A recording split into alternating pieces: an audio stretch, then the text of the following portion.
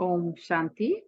हम सभी अभी भगवान शिव का छोटा नंदीगण दादी गुलजार जी का सुन रहे। बाबा के रथ के रूप में अपने शरीर को भी दादी साक्षी हो देखती थी। ब्रह्मा कुमारी, दीपा, विले पार्ले, मुंबई। मेरा परम सौभाग्य है कि संगम युग पर बाबा ने मुझे विले पार्ले मुंबई सेंटर पर सेवा के लिए रखा, जहां गुलजार दादी जी प्रतिवर्ष स्वास्थ्य लाभ लेने आते रहे। तब समीप से उन्हें साक्षी हो देखने का बहुत सुंदर अनुभव रहा। दादी साइलेंस की दिव्य मूर्ति थी। उनकी दिव्यता सहज ही आकर्षित करती थी। बाबा तो है ही सत्यम शिवम सुंदरम। एक बार विले पार्ले मुंबई सेंटर से एक अतिथि को मैं बाबा मिलन के लिए पहली बार शांतिवन लेकर गई थी। बाबा मिलन के दूसरे दिन जब वे दादी जी से मिल रहे थे, तब उन्हें बहुत खुशी हो रही थी। दादी जी की दिव्य मूर्ति का आकर्षण महसूस करते हुए वे शुद्ध भावना से कह रहे थे कि दादी, आप इतनी सुंदर हो। दादी उन्हें देख और सुन रही थी, लेकिन दादी ने इन शब्दों का कोई प्रत्युत्तर नहीं दिया। उसके बाद दादी जी जब उनको ज्ञान की कुछ बातें सुना रही थी, तब उस भाई ने कहा कि दादी, बाबा भी कितने सुंदर हैं। तब दादी की आंखों में चमक थी कि हाँ, बाबा तो है ही सत्यम शिवम सुंदरम।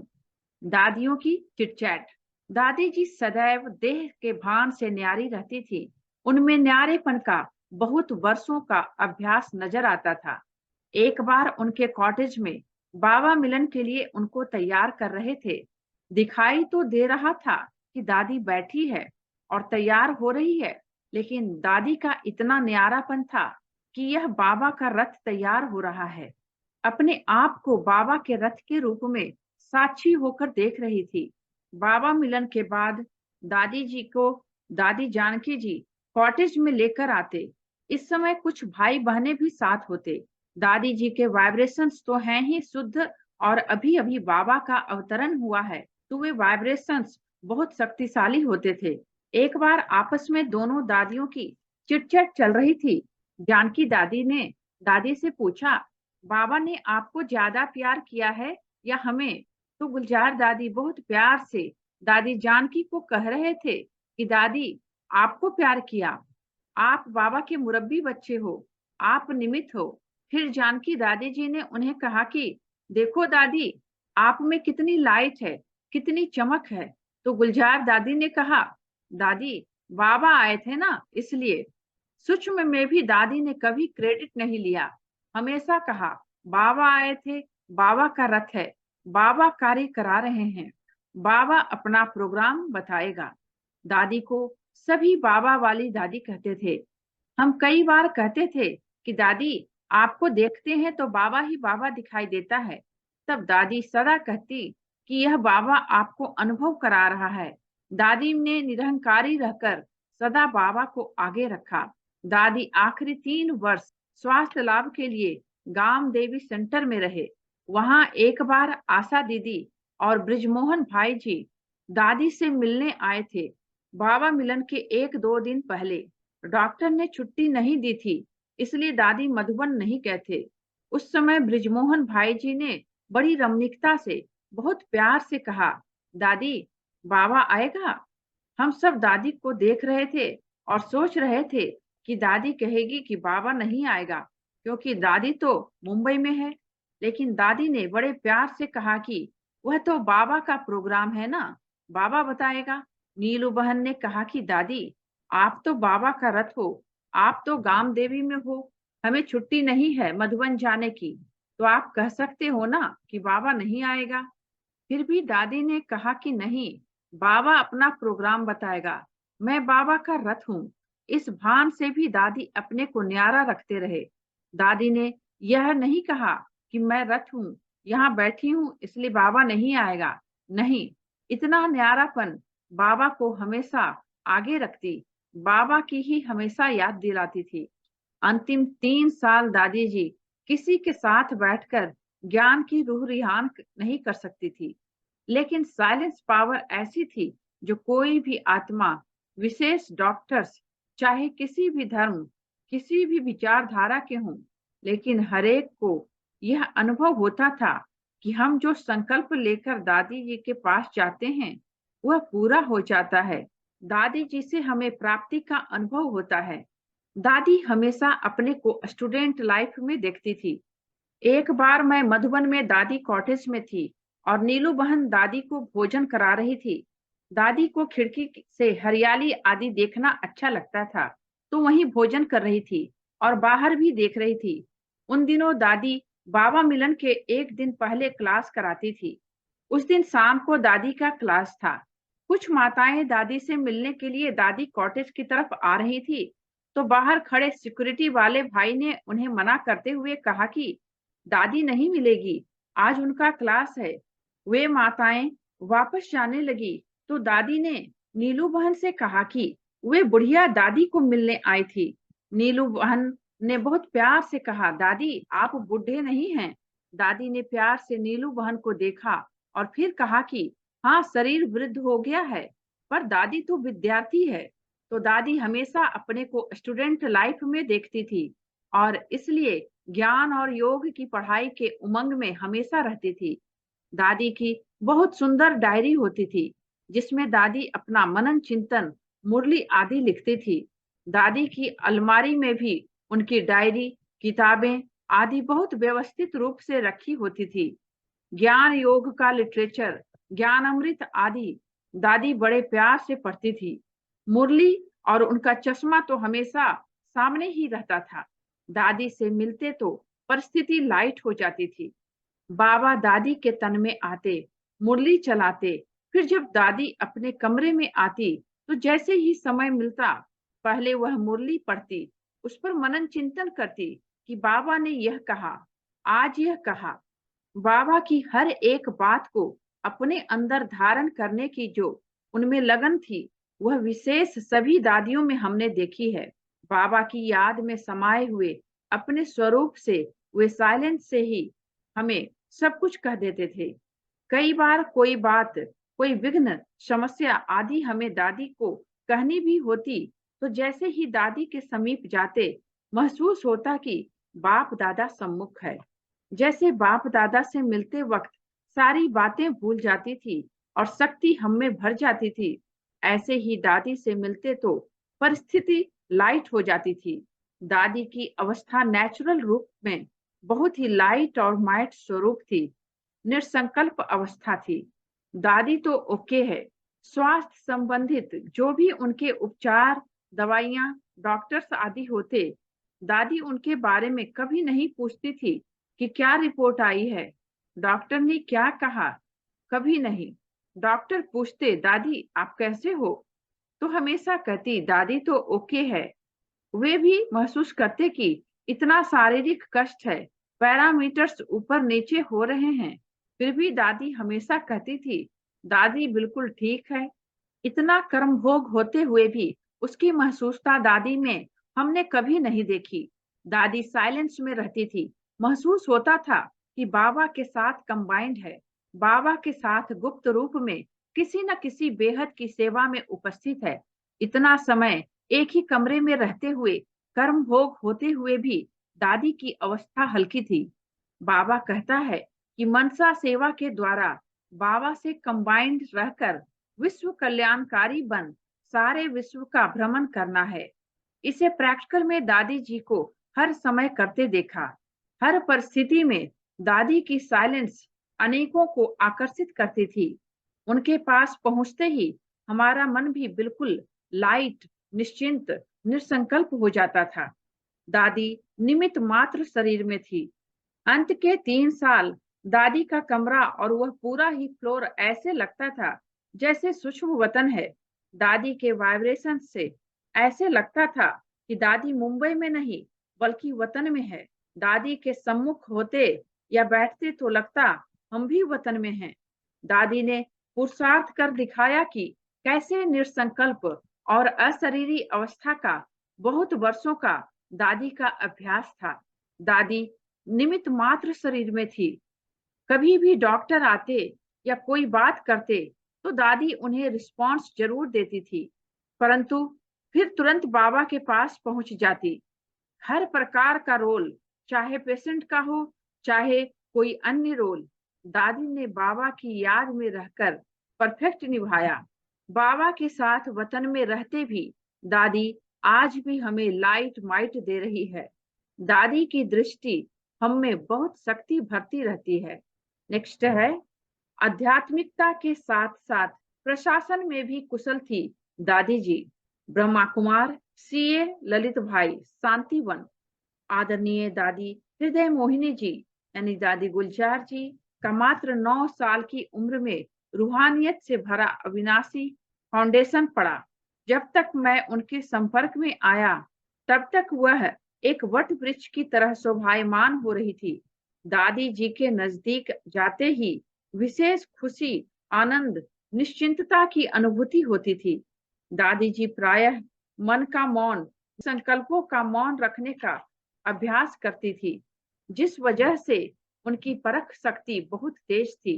कोई भी व्यक्ति कोई भी बात लेकर उनके सामने जाता, थोड़ा भी सुनाता तो तुरंत परख लेती थी कि समस्या क्या है और क्या समाधान देना है। थोड़े शब्दों में ही दादी जी तृप्त कर देती थी। आते वक्त निराश होते, रो रहे होते, लेकिन दादी जी से समाधान पाकर बहुत ही संतुष्ट और खुश होकर जाते थे। दादी जी भी उस बात को वहीं पर फुल स्टॉप लगा देती थी। कभी भी इधर उधर उसकी चर्चा नहीं करती थी। यह दादी की बहुत बड़ी विशेषता थी जो हमने प्रैक्टिकल में सीखी। सन 2007 में मैं यज्ञ का एक बहुत ही महत्वपूर्ण कार्य करके गुलजार दादी जी से मिलने गया। दादी जी को बताया कि दादी जी यह कार्य हो गया है। दादी जी ने मुझे कहा कि तुम्हें सफलता इसलिए मिलती है क्योंकि तुम्हारे संकल्पों में सफलता है। इस बात का गहरा अर्थ उस समय मुझे समझ में नहीं आया। बाद में जब इस पर मंथन किया तो समझ में आया कि हम सदा यही सोचते हैं कि बाबा का कार्य है, यह हुआ ही पड़ा है, बड़ों ने सौंपा है तो इसमें सफलता है ही है। असफलता का संकल्प मात्र भी मन में नहीं होता है। 100% सक्सेसफुल होगा और सहज रीति से होगा, यह सोचते हैं और इसी कारण से सफलता मिल जाती है। दादी का महावाक्य मेरे लिए वरदान बन गया। उसके बाद हमने देखा कि ईश्वरीय कार्य में सहज रूप से सफलता मिलती ही रही। दादी जी की दृष्टि बहुत पावरफुल थी। एक बार एक कारोबार को लेकर थोड़ा द्वंद्व चल रहा था। कुछ लोग चाहते थे कि यह नहीं हो, कुछ चाहते थे कि यह हो, और मैं उसके केंद्र बिंदु में था, तो मुझे दुविधा हो रही थी। मैं दादी जी के पास गया और सारी बात विस्तार से बताई। उससे संबंधित पेपर्स भी दादी जी को दिखाए।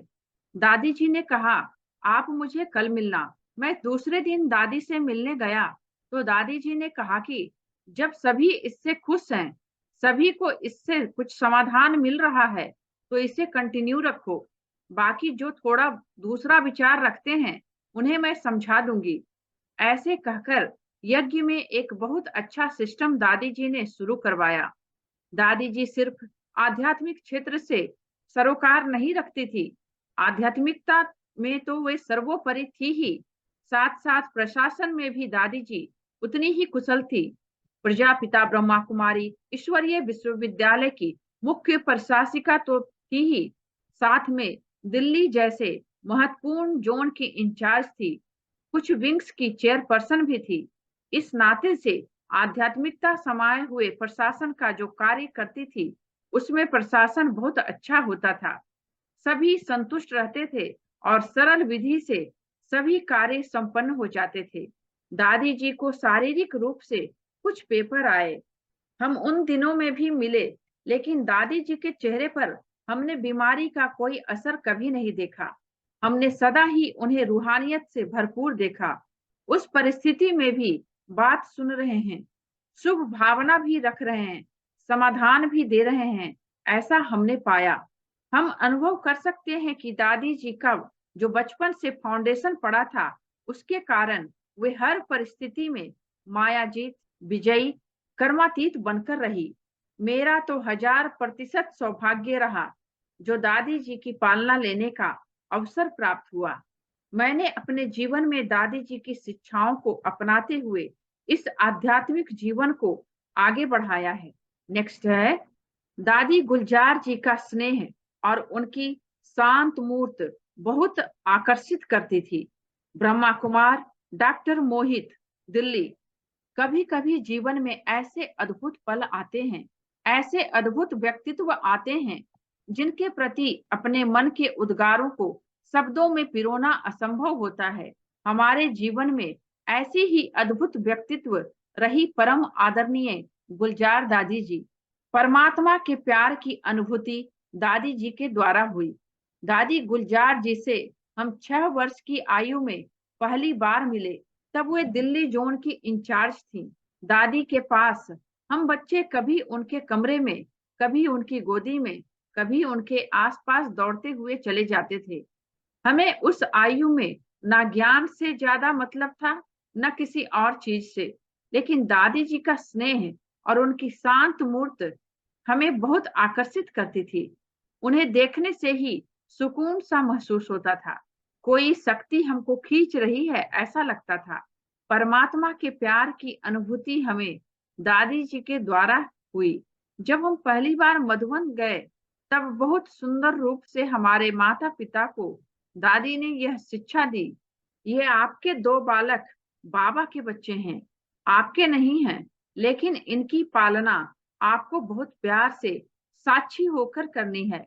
इन बच्चों को अच्छा पढ़ाना है और पढ़ाकर इस तरह से इन्हें तैयार करना है कि आगे जाकर ये अपने व्यक्तित्व द्वारा बाबा का नाम रोशन करें। और देखिए, ऐसा ही हुआ।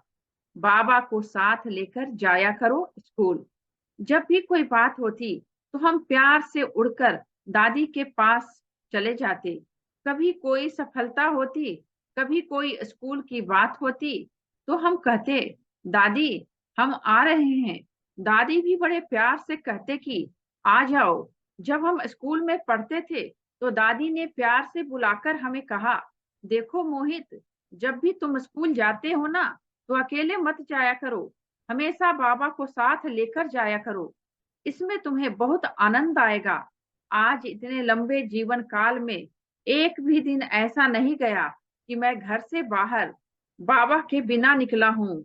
वह बात मेरे मन में ऐसी घर कर गई कि जब भी मैं घर से जाता हूँ तो बाबा के कमरे से होकर जाता हूँ, और जब भी आता हूँ तो बाबा का थैंक्स करता हूँ। मुझे हर पल यह अनुभव होता है कि बाबा मेरे साथ है। ऐसी शिक्षाएं प्यार से दादी हमें देती थी। दादी हर खुशी बहुत अच्छे से मनाती थी। दादी पढ़ाई पर बहुत ज्यादा ध्यान न देकर अनुभव पर ज्यादा ध्यान देती थी। अक्सर कहती थी कि जीवन में सबसे बड़ी शक्ति अनुभव की शक्ति है, और यही कहती कि आप लोग जैसे वह पढ़ाई करते हो, ऐसे बाबा की भी पढ़ाई रोज होनी चाहिए। रोज सुबह उठकर जब भी समय मिले बाबा की मुरली जरूर पढ़ो। आज 37 वर्ष हो गए हैं, चाहे हम विश्व के किसी भी कोने में हो, हमने कभी भी बाबा की मुरली मिस नहीं की है। सदा मुरली पढ़ने के बाद हम अपने कॉलेज व स्कूल जाते थे। ऐसी ऐसी शिक्षाएं देकर दादी जी ने सरलता से, बहुत प्यार से हमारा पोषण किया, हमारी पालना की, जैसे कि एक माँ होती है, जैसे दादी होती है, घर की बड़ी होती है। कभी कभी हमें स्कूल में सफलता मिलती, मेडल मिलते, हमें बहुत खुशी होती। मुझे याद है जब मैंने यूनिवर्सिटी में टॉप किया था तो बहुत सारे मेडल मिले, और जब घर आया तो दादी जी को बताया। दादी हर बच्चे की हर खुशी बहुत अच्छे से मनाती थी। दादी उस समय विशेष घर पर आए और उन्होंने प्यार से मुझे ही हुए मेडल तो पहनाए ही, लेकिन साथ ही बाबा का बैज भी पहनाया। उन्होंने कहा कि देखो, ये तो फिर भी नकली मेडल है, लेकिन बाबा तुमको असली गोल्डन बैच का मेडल पहना रहा है। इतना प्यार दादी के चित में होता था, इतनी सरलता, इतनी निर्माणता उनके जीवन में थी। बाबा को अपने जीवन में यूज करना सिखाया। जब मेरी परीक्षा होती तो मैं कहता, दादी मुझे तो याद ही नहीं रहता। जैसे बच्चे अपने दिल की बात अपनी माँ से कह देते हैं, वैसे मैं दादी को कह देता था। तो दादी भी मुस्कुराते हुए कहती कि तुम्हें नहीं ध्यान में रखना होता, तुम्हें तो केवल पढ़ना होता है। बाबा को कहो, बाबा मैं तो बैठा हूँ, मेरे एग्जाम लिखना आपका काम है। सच मानिए, मैं केवल कलम चलाता था, कलम उठाकर बस बाबा की स्मृति में बैठता था। ऐसा लगता था कि शक्तिशाली कनेक्शन खुल गया और बाबा लगातार ज्ञान दिए जा रहे हैं। वे सब बातें जो मुझे लगती थी कि मैं भूल गया, याद आ जाती थी। इतने प्यार और सहजता से दादी ने हमें बाबा को अपने जीवन में यूज करना सिखाया। दादी हमेशा कहती कि बाबा को सदा अपने साथ कंबाइंड रखो, बाबा के स्नेह में, प्यार में समाये रहो। भोजन भी करना है तो बाबा के साथ करो, प्यार से खाओ। निर्माणता और सरलता। जब कभी दादी का घर पर आना होता तो प्यार से किचन में आकर खड़ी हो जाती और बताती कि इस चीज को इस तरह बनाओ, इस चीज को इस तरह से बनाओ।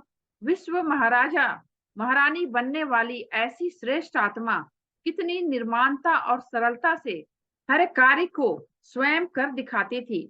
इतनी श्रेष्ठता उनके जीवन में थी।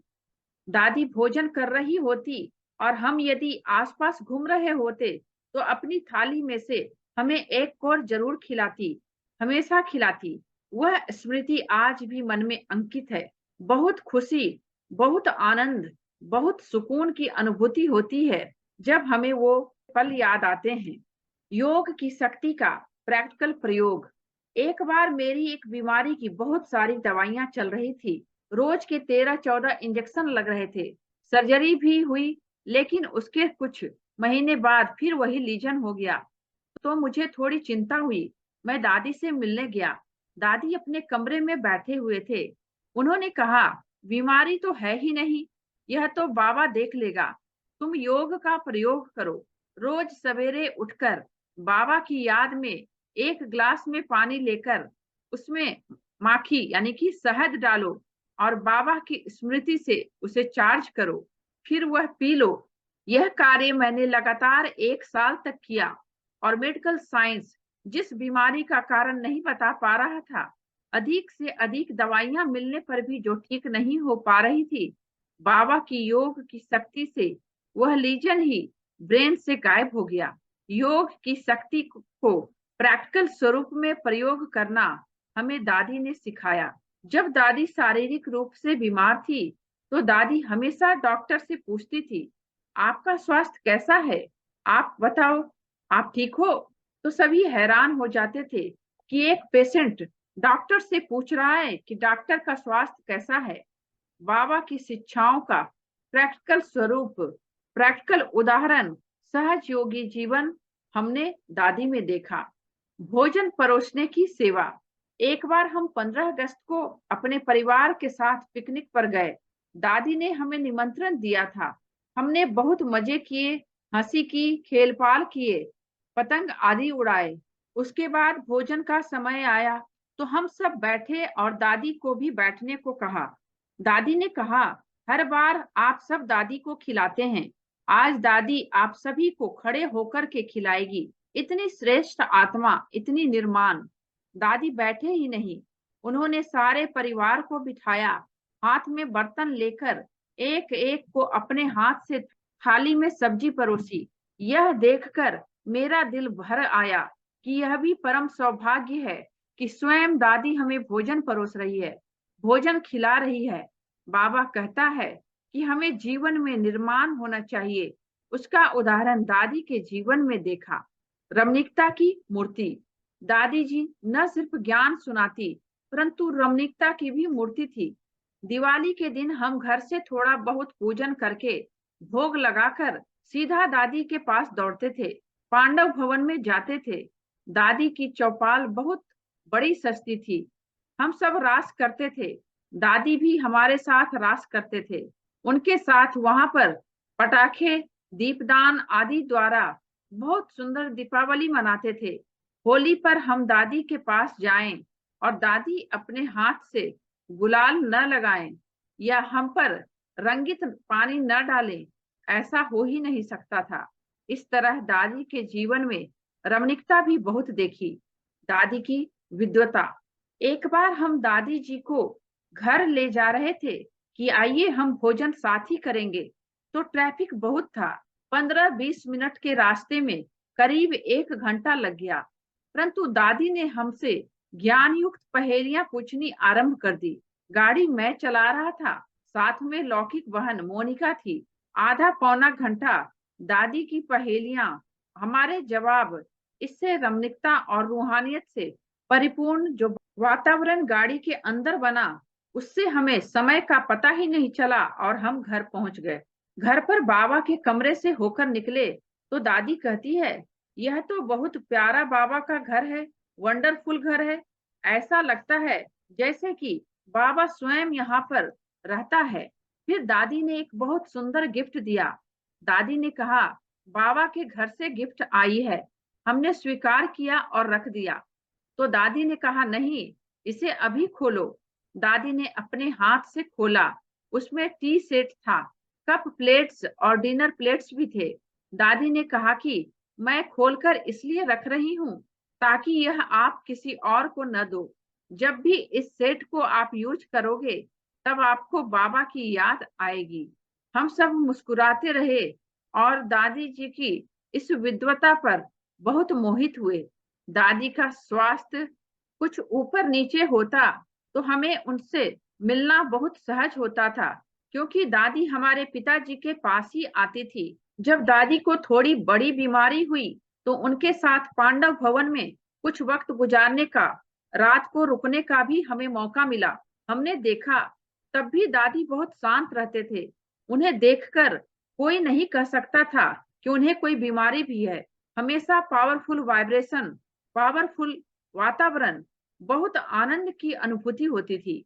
नंबर 1 दोस्त है प्यारा बाबा। सन 2001 में अमेरिका जाने से पहले मैं दादी के पास गया। दादी ने बड़े प्यार से मुझे कहा कि देखो मोहित, अमेरिका जाने से पहले तुम्हें मधुबन जरूर जाना चाहिए, क्योंकि जगदीश भाई साहब की तबीयत ठीक नहीं है। मैंने एग्जाम अभी अभी दिए थे और रात भर ड्राइव करके हम भाई साहब के पास गए और बहुत अच्छा हुआ, क्योंकि वह परम आदरणीय जगदीश भाई जी के अंतिम दर्शन थे। दादी ने बड़े प्यार से हमें बुलाया, टोली दी और कहा कि बाबा को सदा साथी बनाकर रखो। तुम्हारा नंबर 1 दोस्त केवल एक है, वह है प्यारा बाबा। दादी की वह शिक्षा मैंने सदा अपने जीवन में संभाल कर रखी है। मैं हॉस्पिटल भी जाता, हार्ट के पेशेंट भी देखता। जब दादी दिल्ली से आखिरी बार जा रही थी तो मुझे याद है कि बहुत हल्की आवाज में दादी ने मेरे कान में कहा, मोहित, तुम जिस हॉस्पिटल में काम करते हो वहां अनेकों आत्माओं की सेवा का तुम्हें भाग्य मिलता है। तुमको यह एक मौका मिलता है कि तुम उनका ध्यान रख सको। ऐसी श्रेष्ठ आत्माओं को तुम सदा बाबा के ज्ञान द्वारा सेवा करना। क्वालिटी और क्वांटिटी दोनों सेवाओं पर सदा ध्यान देना। दादी भले शारीरिक रूप से आज हमारे सामने नहीं है, लेकिन दादी की वह प्यारी सी मूर्त, दादी की एक एक शिक्षा हर पल, हर दिन मेरे स्मृति पटल पर रहती है। हमारी आत्मा उनके महान प्यार के सामने आज भी झुक जाती है। हमारे दिल के उद्गार सदा यही कहते हैं कि बाबा, ऐसी श्रेष्ठ आत्मा के साथ हमारे जीवन के कुछ पल बीते, उसके लिए हम आपका दिल से शुक्रिया करते हैं। ओम शांति।